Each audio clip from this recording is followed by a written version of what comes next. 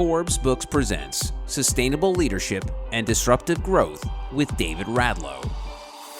Transformation for a new and better world. Here's David. Thanks for joining me for the conclusion of my conversation with Steve Killelea. We've been talking about his global philanthropic efforts and why he was inspired to create the Global Peace Index, a quantitative measurement of global peacefulness. Steve, a recent best-selling book by Bill O'Reilly, Killing the Killers, details Allied efforts to root out evil against terrorism for the benefit of peace. How important do you see military missions as a positive deterrent force in waging peace in the modern era that affects the Peace Index? Well, I think they're really critical. So it's obviously some areas the military operations can be criticised, and quite often there are good reasons for criticism. But look, if you've got Islamic militants, you're not going to defeat them unless you've got strong military force. So, for example, the country with the biggest improvement last year was Mozambique in Africa, and that was because of the combined efforts of the Rwandan Defence Forces, the African Development Association, and the Mozambique Army. And so if you don't fight them, they're just going to grow in strength. So there's a definite need to fight them. But what's, I think, really clear from the research we've done with the Global Terrorism Index is how long do terrorist groups exist? And what's really interesting, 80% of them cease within the first 3 years. But once they get over 7 years, it's very, very hard to root them out, because by that time they're embedded in local communities. They've got local support, so it gets exceptionally difficult. So really what you need is the military operations quite often in the very, very early days of these groups. But in the long run, the military operations won't be enough. They can knock them and suppress them. In the long run, what you've got to do is address a whole range of other issues, which might be your social inequities that may take the form of grievances. It could be politically state terror on its citizens. That can be another reason. So there's quite often that can development. If you can get the right levels of development, people see their lives improving. That helps. So if you come back and you start thinking about Africa with 2/3 of the people food insecure, and then you get down to the Sahel, for example, where it's even much worse. People are going to join militias if they just think they're going to get food to eat and get a full belly. So you've got developmental issues you need to address, and quite often with the governments there's very, very weak governance. A lot of corruption, so you really need to be able to address those things as well. So when you're looking at it, what I'm saying is a lot of these terrorism, like a lot of conflict issues, is systemic. We also find that most terrorist attacks are associated with conflict. So if we go back over the last decade, for example, the number of terrorist attacks which happen in conjunction with a war ranges from 92 to 97% in any 1 year. Where do you see global terrorism coming out of the pandemic, and what were the pandemic effects on what you're seeing going forward? We're coming out of the back end of COVID. There's all sorts of effects we can see. Obviously, China, I think, is one thing we've got to watch going forward, because they've got a zero COVID policy in many ways, particularly with some of the Omicron variant of COVID. It's going to be very, very hard for to control it. We've just seen Shanghai go through a lockdown. That's the largest port in the world. Do you realise in the month of April in Shanghai, not one car was sold? Not one car, not one new car. And that gives you an idea of just how strong the lockdowns are. So as China struggles with all that create weak economic growth, but it also has a whole lot of impact on supply chains. So as we move forward and you get further outbreaks in China, which inevitably are most likely to occur, we're going to get further of these supply chain issues. And so that's going to have a real impact going on. We've also noticed that the supply chain issues, they just don't have issues with, let's say, us buying new cars. They have issues with food supplies as well. And so we're seeing food prices increase because of the COVID supply chain issues. And obviously Ukraine's going to fuel that on even further. Now, all this has knock-on effects in a whole range of other ways. So the first one's inflation. And we can see inflation now rising, and there's no end in sight to how far inflation's going to increase, because we've still got a lot of issues around the supply of basic goods, particularly fuel products and food. And then we're also seeing issues around just basics, the supply of all sorts of different commodities or manufactured goods into a whole range of different countries as well. As interest rates rise, that's going to, the world's got record levels of debt. So last time I had a look at it, gross debt, and that's not net debt, gross debt was 246% of global GDP. So if interest rates rise, the servicing of those debts becomes more expensive, which will come back and cripple economic growth. So these aren't good scenarios I'm talking about at the moment. So I think the next few years is going to be tough. That will come back and play back into levels of peace. So, for example, and I may have already mentioned it, but for example, we've got some of the indicators like political instability, for example, state-sponsored terror is another one. They're at record levels since we've been doing the Global Peace Index, and I think we're going to see them deteriorate even further in the future. Violent demonstrations is at near record levels as well. And so I think with the next couple of years is probably not going to be good for global peace as we move through this rather difficult period. Would you be kind enough to comment on the work the United Nations does? But really, you're the expert on this. Do they have the ability to bring about peace and act effectively against the force and the spread of violence? Or are they a bunch of noisy nobodies, as Professor Henry Delfiner of Tufts University used to say, and just a bunch of waste of money? I think UN does a lot of good. So I'm, in some ways, I'm a fan of UN. In other ways, it drives me crazy. So I'll hit both sides of it, David. So I'm somewhere in the middle, I guess. So look, one of the things we don't see is just through having the United Nations, countries have back channels to talk. So there'd be all sorts of, with the Ukraine, there'd be all sorts of back channels going on there for discussion, which would revolve around the UN. And these things we don't ever see. See, one of the other things too, with conflict, it's an event. We can actually see it. But when anything happens which is for peace, it's a non-event because nothing happened. But so quite often the things which work, the things we never see. The UN also has, like, let's say, with refugees, UNHCR, they do a good job there looking after global refugees. There's 84 million of them now, and they're going to be growing even more with coming out of the Ukraine war, because the numbers will pick up yet again, probably be within another 12 months be at least 90 million, I think, globally, which is a lot. So that's more than double what it was a decade ago, just to put it in perspective. Now, there's other things the UN does which people don't realise, like standards bodies, like the seat belts in your car, the baby seats in your car, the signs on your road when you drive down and you see are standardised all around the world. And so there's a whole lot of standards which come out, which get created out of various bodies as well. Now, in other areas, the bureaucracy and the inefficiency is mind-blowing. Unless you really start to deal with it, it's very, very hard to see. So, for example, we can see sometimes just getting a sign-off on a simple thing like a report can take months, where if it's a private company, it'd take days. And so I think sort of there's a real need for the restructure of the UN. A lot of people would say the UN Security Council doesn't work. And that's because the permanent members of the Security Council and the structure of it, but restructuring it is very, very difficult, very, very difficult.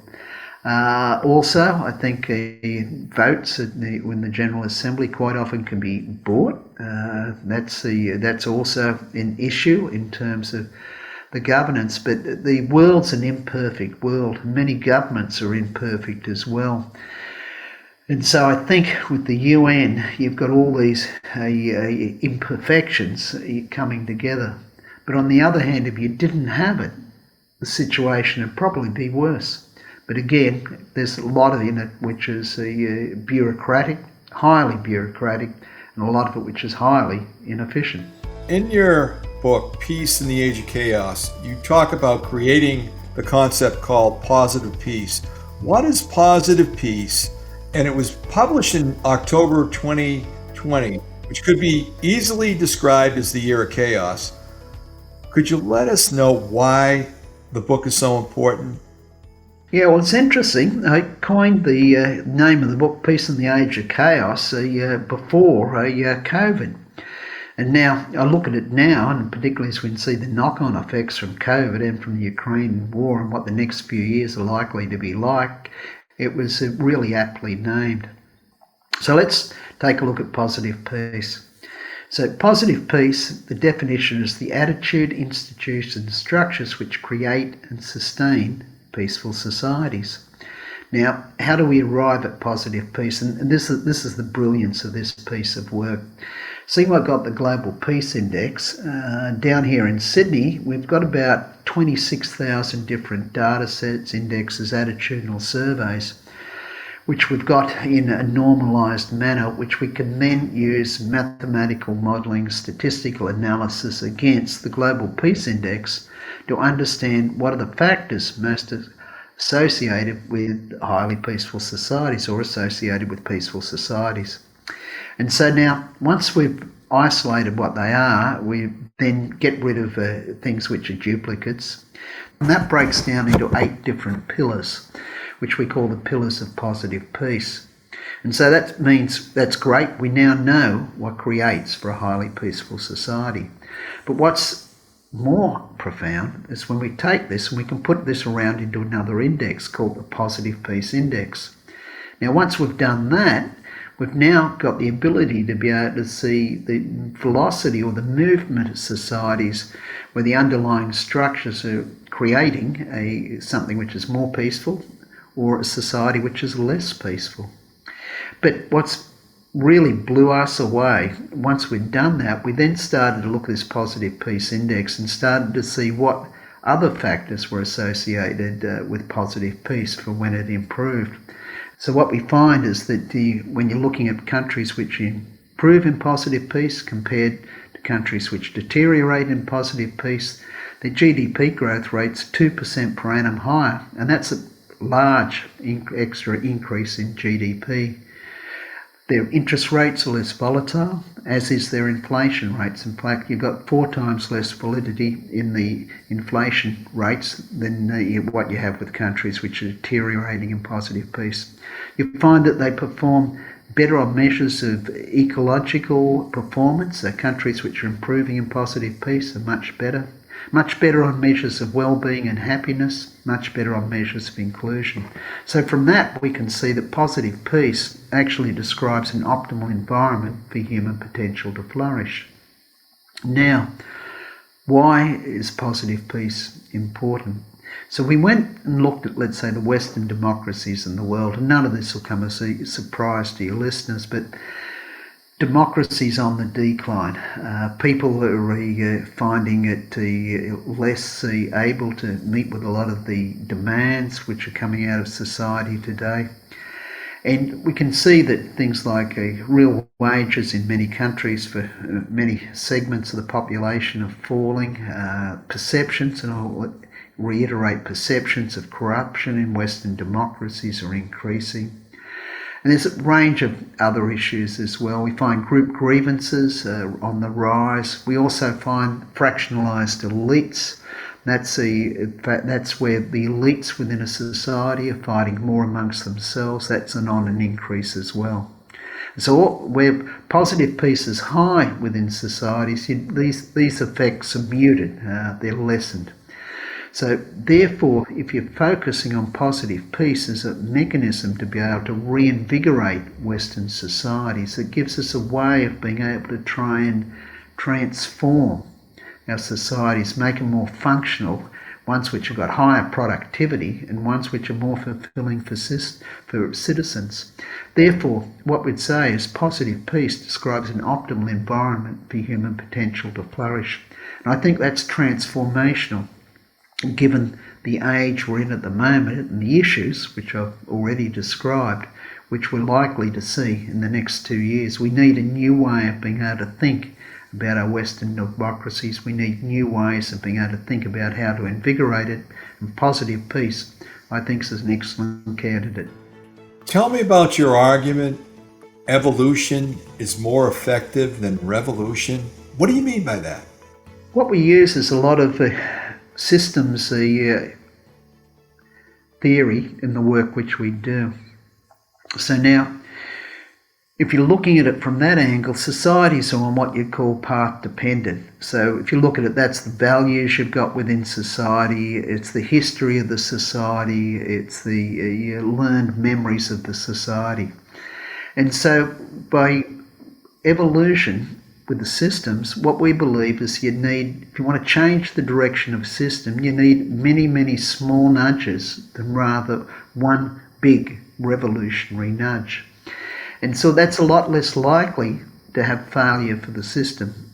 So if it's small nudges, if any of them don't work, well, they won't have done too much damage and they're easy to undo. If you take one big change within a system or revolutionise it really fast, once the system's changed, you can't go back to where you were. And there's a lot more risk in terms of failure. So that's why we use the concept of evolution rather than revolution. When you take a look at prioritizing ecological threats, peace, sustainability, and development, can it be done all at the same time? Yes, this gets back to looking at the concept of systems.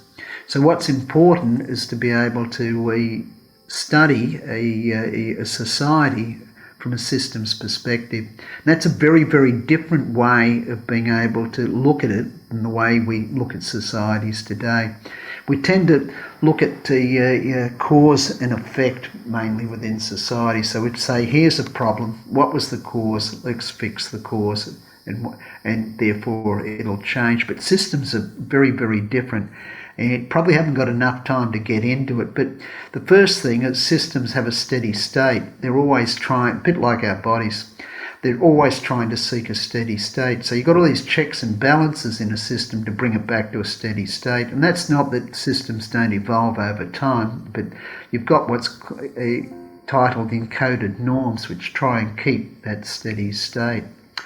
So also you've got what's termed mutual feedback loops. So what happens is something happens within the system, it creates an output, it goes back and it alters the input. So the input responds differently. So an example of that would be, let's say, think of two political parties.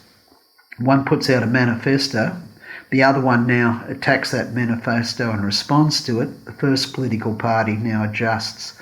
And so you see these kind of things happening through society continually in all sorts of different ways. It's like we're having a conversation now. You'll ask me a question, I'll make a response. That comes back and adjusts your mental context. So the next time you ask a question, it'll be different.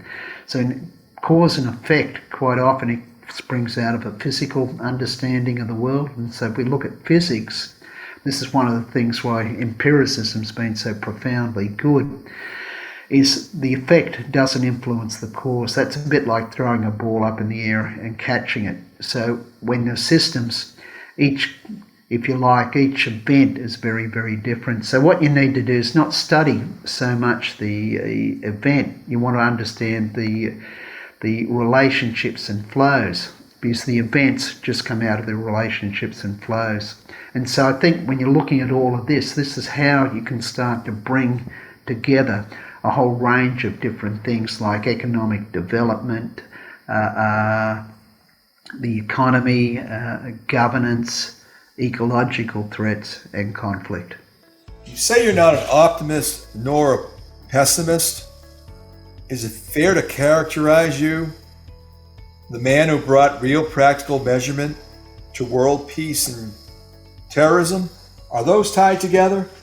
Yeah, well, I don't know if I'm get asked this question a lot actually, Dave, but I don't know if I'm really an optimist or a pessimist. Most people see me as an optimist. I know that. They see me as got a positive sort of nature.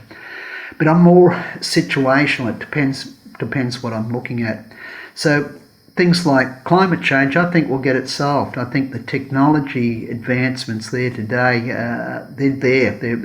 It's 20 years from now, it'll be a no-brainer. Coal-fired power stations and such will disappear. We'll have shifted over to electric cars and such. So I'm pretty confident on that. Ecological degradation, not so sure on that. That's like the loss of species is really a worry. It's very hard for us to actually understand how that's actually going to impact us, but that's I think a real issue is the ecological degradation we've got going on the planet. Certainly there's too many people on the planet for the amount of resources which we're consuming today. That comes back and affects economic models. If I look going forward for the next couple of years around the economy, level of debt, inflation, I'm fairly pessimistic on that. But if I look a decade ahead, I'd be fairly optimistic that we'll get back onto the right trajectory. I think conflict, if we're looking at over a long period of time, I think it's positive. It's becoming less. I think one of the offshoots of the Ukrainian war at the moment is that what we can see is that conflict doesn't work. So if we look at it now, we can see Russia lost in Afghanistan. We saw the US lose in Afghanistan. We also saw it lose in Iraq. And now we're watching Russia fail in the Ukraine. So if the population doesn't want the invaders there, and they've got an adequate supply of arms, it's very, very hard to invade. And even if Russia did invade the Ukraine at the moment, what you'd find is that there'd be an asymmetric war with a counterinsurgency movement, which it'd be just like the US struck in Iraq and Afghanistan. So I think many, many countries now are seeing that war doesn't actually work.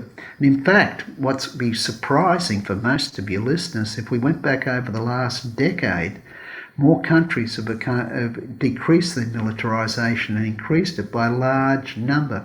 Something like the 163 countries in the Global Peace Index, 110 of them have decreased the number of armed service personnel. And if we looked at the number of countries which decreased their military expenditure as a percentage of GDP, that's something like 90 of the 163 countries in the Global Peace Index. So I think most countries are realising that wars are destructive on their own economies and very, very difficult to win. Steve, you've been a full-time philanthropist in the 90s. You've been nominated twice for the Nobel Peace Prize. What do you want your legacy to be? Yeah, well, I guess I don't really think too much about my personal legacy because, let's face it, when you're dead, you're dead. What I do want is I hope that the output of the activities of my life have some positive impact on life. And so I think for me that's incredibly important. And I think in the book I use a Peace in the Age of Chaos. I use an analogy there. So if we can think of life as a tapestry, a beautiful tapestry, do we want to be remembered as someone who went to it with a golden thread and a silver needle? Or do we want to be remembered as someone who took to it with a pair of scissors? I think we'd all like to be remembered in the first category. And I guess in a life, in terms of a legacy, I just hope it has a positive impact. That's all. You have various tools including books, wall charts, reports on peace, terrorism, and more.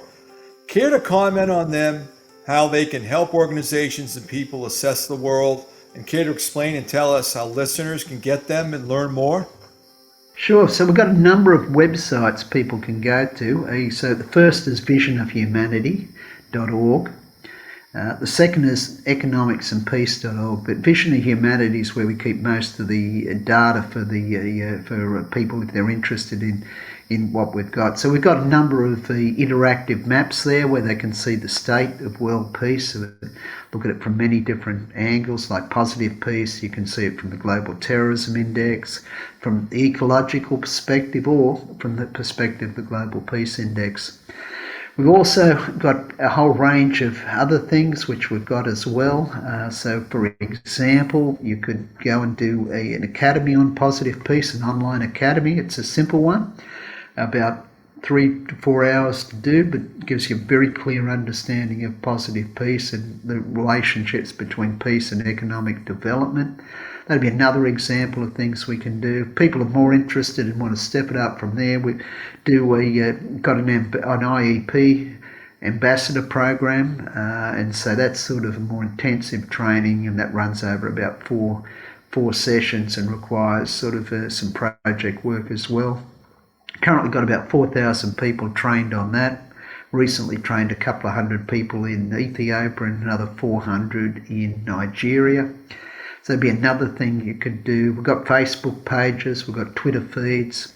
So we've got a whole range of different ways of communicating our information, and people can get at all of that. And that's really through visionofhumanity.org. That'll be your best way of being able to get onto them. You'll find the various feeds there, which are pretty easy to get at. We'll go into Facebook and just Global Peace Index, just do a search on that and you'll find it. Well, Steve, thank you very much. I can't thank enough as we take a real great deep dive into everything about war, peace, economics, and what's important in the world. Oh, well, thanks, David. I've really enjoyed being on the show and look forward to the next time. To connect with David, go to davidradlow.com. David's book set, The Principles of Cartel Disruption and Secret Stories of Leadership, Growth, and Innovation, are available wherever books are sold. This has been Sustainable Leadership and Disruptive Growth with David Radlow, a presentation of Forbes Books.